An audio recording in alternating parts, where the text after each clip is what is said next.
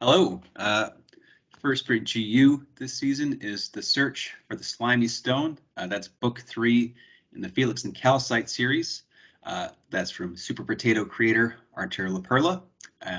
Here, Felix and Calcite are on a journey to a muddy swamp in the faraway land of the Ogres. They're searching for a rare and slimy stone in hopes it will cure the ailing master troll back in Calcite's homeland.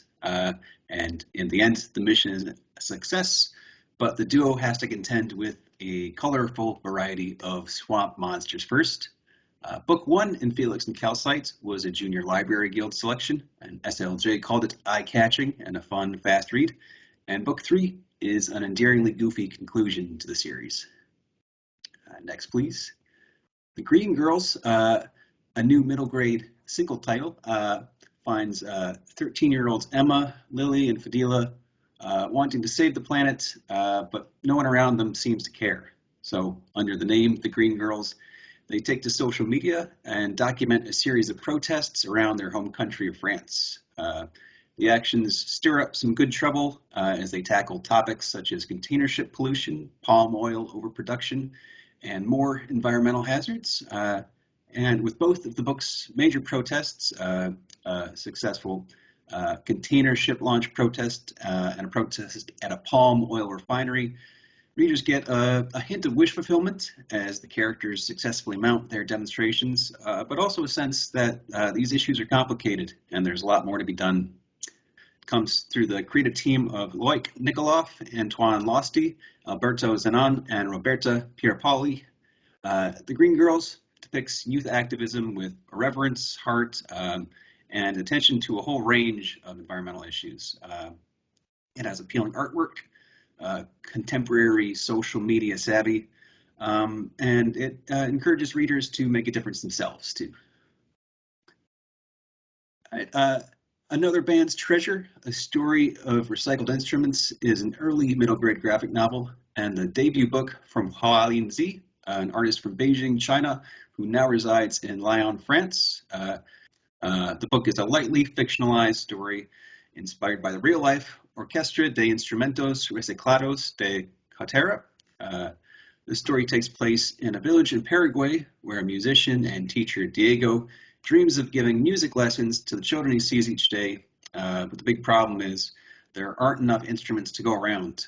But when he and Nicolas, a local carpenter, take a look at a large landfill nearby, they start to see instruments in the making.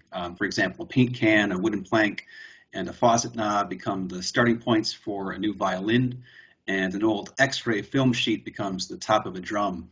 The results give the kids in the small town new ways to express themselves and even lead to a performance in the capital of Paraguay.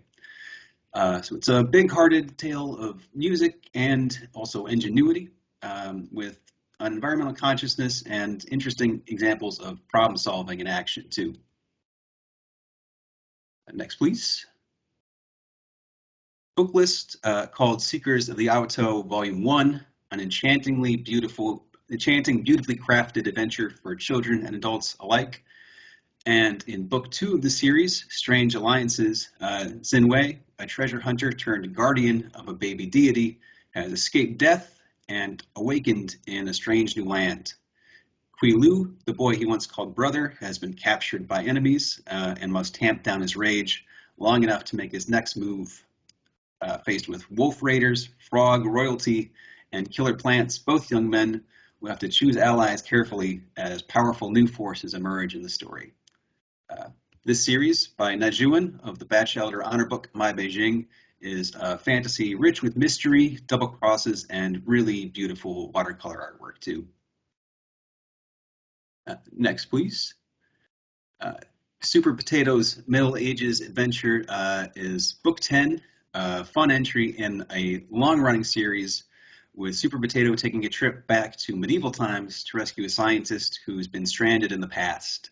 While he's there, he'll meet his Middle Ages equivalent, once handsome knight, who is transformed into a serpent, and the two of them will confront a medieval sorcerer who looks a bit like Super Potato's rival, Dr. Malevolent.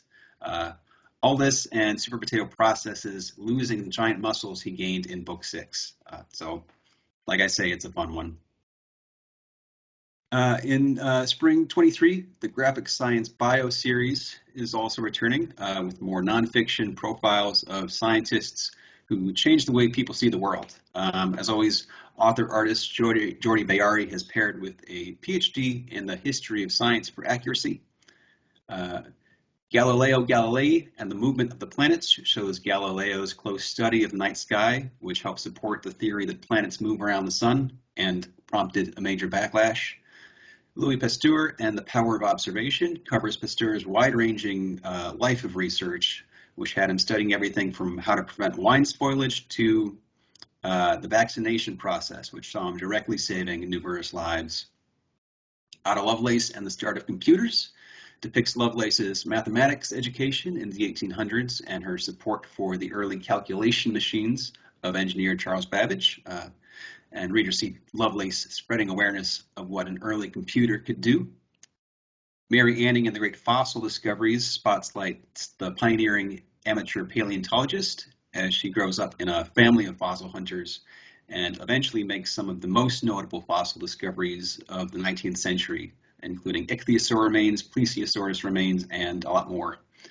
And Avicenna in the Book of Medicine profiles the legendary physician and philosopher from an era known as the Islamic Golden Age.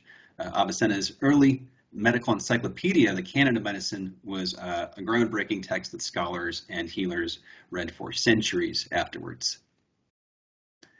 And finally, Invenciones Increíbles. These are new Spanish language editions of Qiliu's amazing Invention series, which came out last fall and received a starred review from Booklist for the electric guitar. These books share the true stories of some of people's favorite inventions in pop culture. They've got high interest art. They profile the product's creators and innovators, as well as some social history behind the inventions, revealing how people's needs in a particular period often led to some really creative solutions.